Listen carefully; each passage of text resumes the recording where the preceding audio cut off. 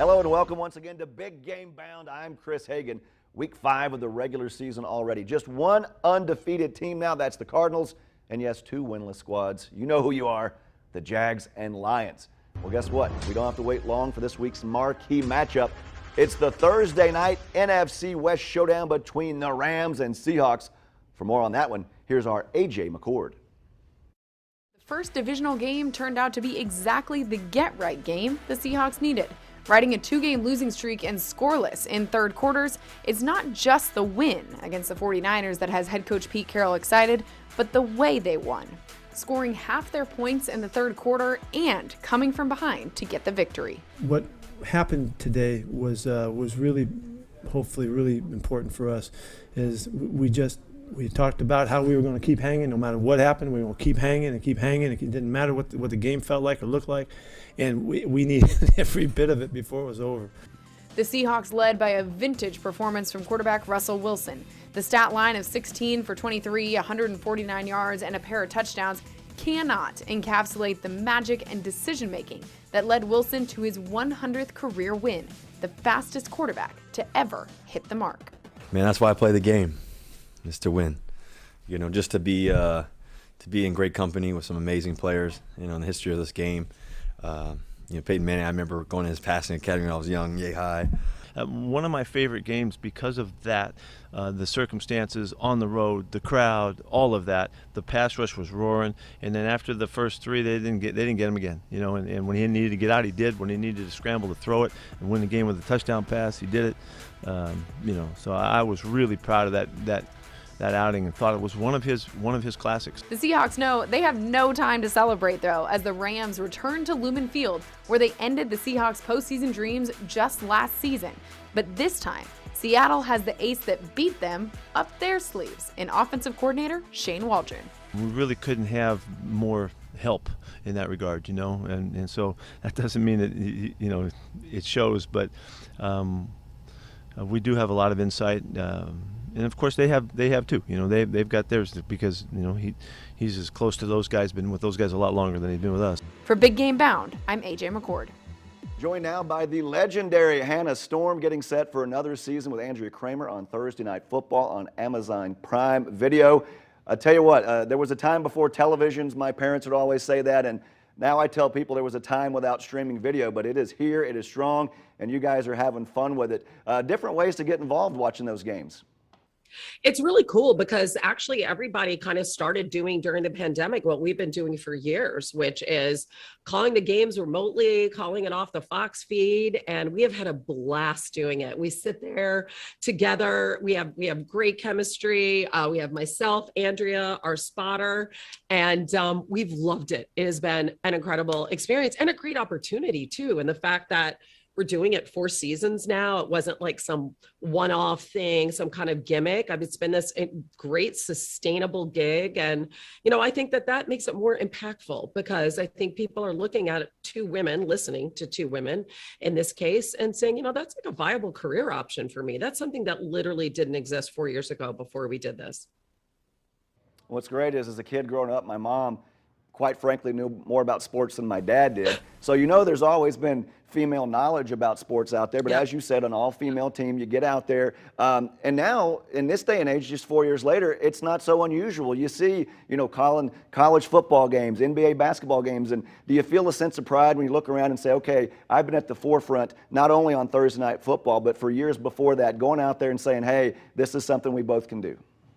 Yeah, I love it because you know that expression, you have to see it to be it. I'm sure you've heard that. You know, sometimes you have to have something in front of you. You have to see that someone's doing it and you have to see that they're doing it well and you have to see that that they love it. And then you can say, wow, that's something that I aspire to. And, you know, it's really hard. I didn't have that. Right. So there were no women doing what I do back when I started off. And that was, you know, challenging. Thank goodness I had grown up around sports. My dad, as you may know, was a sports executive and really coming of age in Indianapolis and going to Pacers games, you know, when it wasn't a school night, that is where my love of sports began. And so I just knew it was so much fun and I was so passionate about it. And that's what kept me going, you know, it kept me believing that this is something I could do. But now the fact that I'm doing it and that we're talking and hopefully somebody's watching this interview, you know, maybe it'll inspire somebody to follow that career path, which would be so cool. Well, you think about, you know, the broadcasters are one thing, but the game is the thing. And this Thursday night lineup, there are a lot of good ones. You talk about the NFC West. That is a brawl to the end. It looks like it's going to be. And you've got a great game coming up with the Rams and Seahawks. What do you think about, I mean, every division game counts twice, and this is going to be a good one. Listen, the Hawks are not getting off to the start that they wanted. The Rams are the best team in the NFL right now, in my opinion. I think that Matthew Stafford is the piece that they were missing. Sean McVay is like this crazy chef, you know, savant, and he didn't have his main ingredient, and now he does, right? So his main ingredient is Matthew Stafford. They're both so smart. They're in lockstep.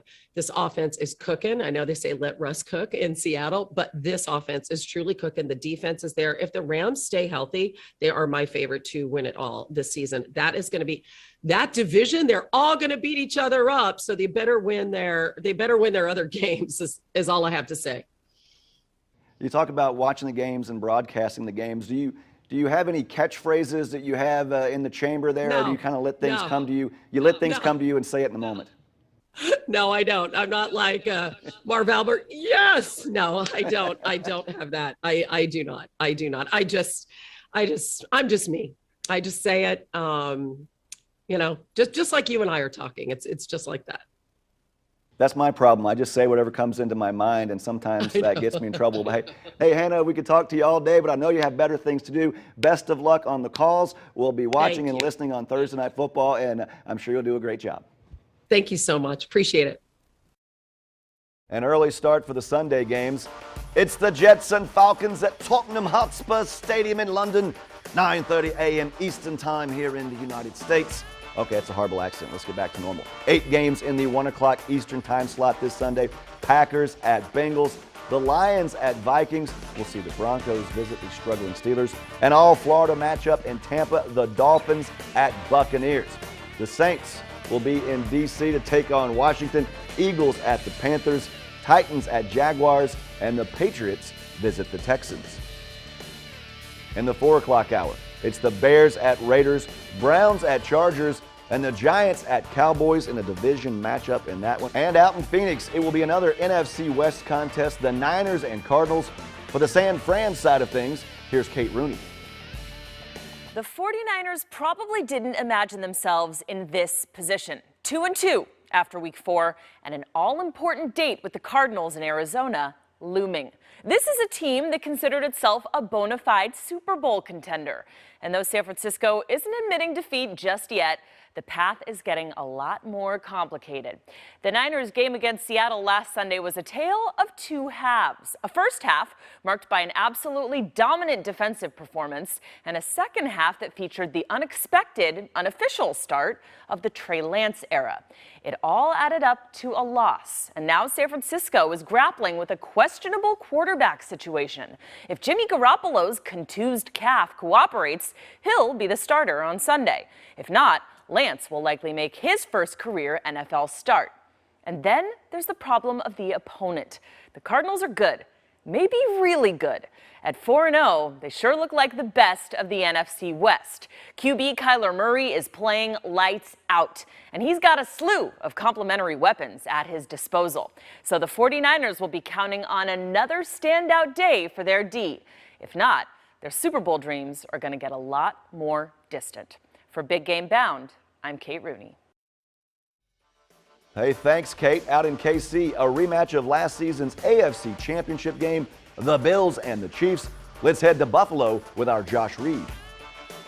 The Bills' offense is averaging 39 points per game during their 3-game win streak, and there's no reason to believe that hot streak shouldn't continue against a Kansas City defense that has really struggled so far this season. The Chiefs are allowing over 31 points per game this season, and they are equally bad against the run and the pass. Opponents are averaging 438 yards per game. That's next to last in the NFL. But the Bills offense knows they'll get KC's best shot on Sunday. Their defense, it's only week 5. They're only going to continue to get better, and they're going to find their groove. And their defensive coordinators, his track record speaks for itself. He's coached in a lot of big games and won a lot of big games. So, I got no doubt that defense will get going. So we got to be ready for whatever they throw at us.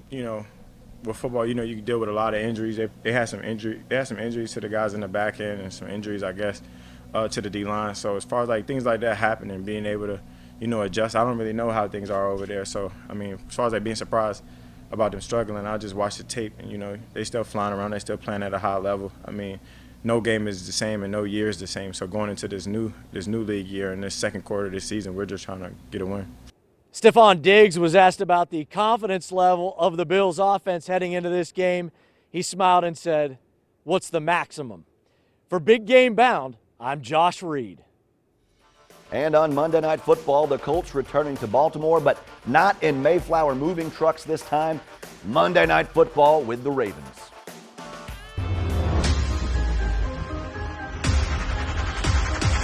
And that brings us to our weekly visit with Jared Payton, the son of Sweetness, joining us from Chicago with Payton's Picks. JP, bad news, 1-2 last week. Let's get back on track, starting with a couple of 3-1 teams, the Packers at the Bengals. Yeah, you know what, Chris, this one it's tough because this is like a potential slip-up game for Green Bay. And we know defensively with Smith and Alexander, both the status up in the air. The Bengals are rolling on offense, and I love what Joe Burrow and company are doing. They're averaging, 23 points a game, but they've also allowed 11 sacks right now. And so I look in seeing what Green Bay is all about. And offensively, they're just too good. And so I'm going to have to roll with the Packers on this one. Listen, they've won 3 in a row, and I think that they're just on a nice little vibe right now. And, when you got A-Rod on the squad, it's hard for me to pick when you know how much I care about him as a quarterback. I hold him really high up on top of the echelon of the quarterbacks, and right now he's playing out of his mind. Randall Cobb back into the game as well, into some of that action. I think they're just rolling on offense enough. They're going to score enough points to be able to take the dub. Now here's the tough one for you. It's going to tug at your heartstrings, but also with a team you've been high on. You've liked the Raiders, but obviously you're a Bears guy. The Bears won last week, but I think it should only count as half a win because it was against the Lions. Who you got? Bears at the Raiders. Oh, man, I knew you were going to put me in this tough bind right here. Seeing what the Raiders did on Monday night against the Chargers, I get it. I understand that that's a tough task right there, especially when you're, playing on the road. This one, it all depends on me who is going to be at quarterback for the Bears, and we still don't really know that as of yet. So I'm actually going to say Andy Dalton's not going to be able to go. Justin Fields is going to play. And I think with the Bears defense, the way that they've been playing and getting after the quarterback, I think they're going to get after Carr. They're going to get some sacks. You look and see what Khalil Mack has done and Robert Quinn. These guys, that front seven is furious, and they are crazy. They're creating turnovers. I think Justin Fields finds a way to build on the momentum that he had in that Lions game, and somehow the Bears get a dub out in Vegas. I know it's crazy, but I'm just saying that's what's going to happen. What happens in Vegas stays in Vegas. And, as you said, the Raiders, for whatever reason, they get off to these slow starts. They have to try to play catch-up. And if the Bears can get a lead, I like what you're saying. I like that Bears D trying to prevent the Vegas squad from coming back into the mix. Now let's finish up with Monday Night Football. The Colts going back to their old home in Baltimore, but taking on a very high-powered and frightening offensive team in the Ravens. Yeah, you look at the Colts coming off of that win against Miami, and offensively, you started to see they're figuring out a way to be able to run the ball. But the fact is that both of these teams can run the ball. And I think, on the defensive side, you look at both teams as well. They haven't been that good at stop and run. They're in the middle of the pack. Both are like 14 and 15 respectively at yards per carry. So they're giving up some yards. So I'm going to have to roll with the team that I know can do it better, and that is the Ravens. I just don't know Lamar Jackson and company how you stop that. And if I was a defensive coordinator trying to figure out how to stop the Ravens offense, it would keep me up at night because they got so many different ways, and you got to pick your poison. Lamar Jackson, too strong. The Colts, I like how they're kind of rebounding a little bit, but I'm going with the Ravens on this one. They get the dub. Yeah, the Ravens, some of their offensive plays aren't on the page. They just happen. They're in the flow, and you can never expect or know what to expect when you have Lamar out there running around. Let's recap Peyton's picks. He likes the Packers at the Bengals. He'll take the Bears. No surprise there at the Raiders. And he'll stick with the Ravens at home against the Colts. JP, let's get back on track. I want a winning record when we talk to you this time next week. Let's go, Chris. Let's go.